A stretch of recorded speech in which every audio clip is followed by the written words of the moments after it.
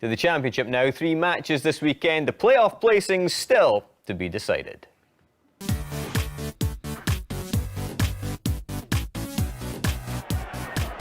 With the real business settled weeks ago, a gentle amble in the spring sunshine for Hearts, truth be told.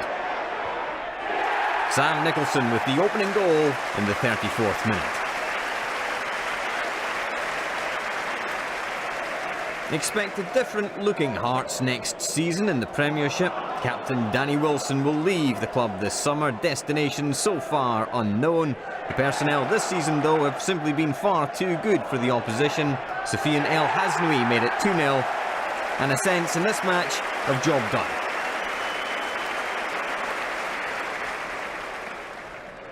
But Raith Rovers didn't quite see it that way. Barry Mackay with a pass. And the former Hearts striker, Callum Elliott with a finish. 2-1, but Hearts still ended the match with another 3 points. And all that leaves the Championship table looking like this. Rangers now 4 points clear in second place, although Hibs have a game in hand. Queen of the South still in the driving seat for a 4th place finish and a place in the playoffs. Falkirk still not quite out of the running. Alloa still stuck in the less appetising playoff place. Well, Peter, it's looking more difficult now for Falkirk, obviously, in terms of the playoffs. Liam Buchanan's goal, keeping it alive for you in terms of that result between Queen of the South and Alloa. But is hope fading at the Falkirk Stadium that you can get up? If we're being honest, you know, our slow starts to the season's come back to haunt us a bit because we didn't have a great start to the season. But take nothing away from Queen of the South, they have been very consistent this season.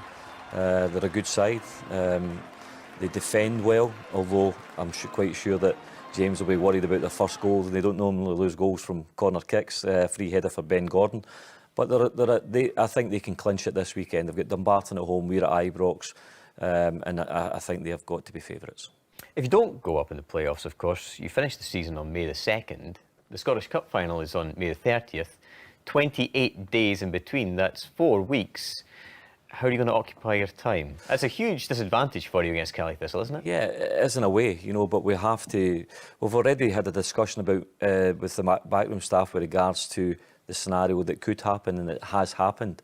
We'll discuss it further, but we'll have to arrange games. We might give the players some days off at the beginning, you know, early May, and bring them back and start building towards playing against Inverness in the final. There's been, you know, we'll get to see Inverness quite a few times and we'll try and learn a lot about them.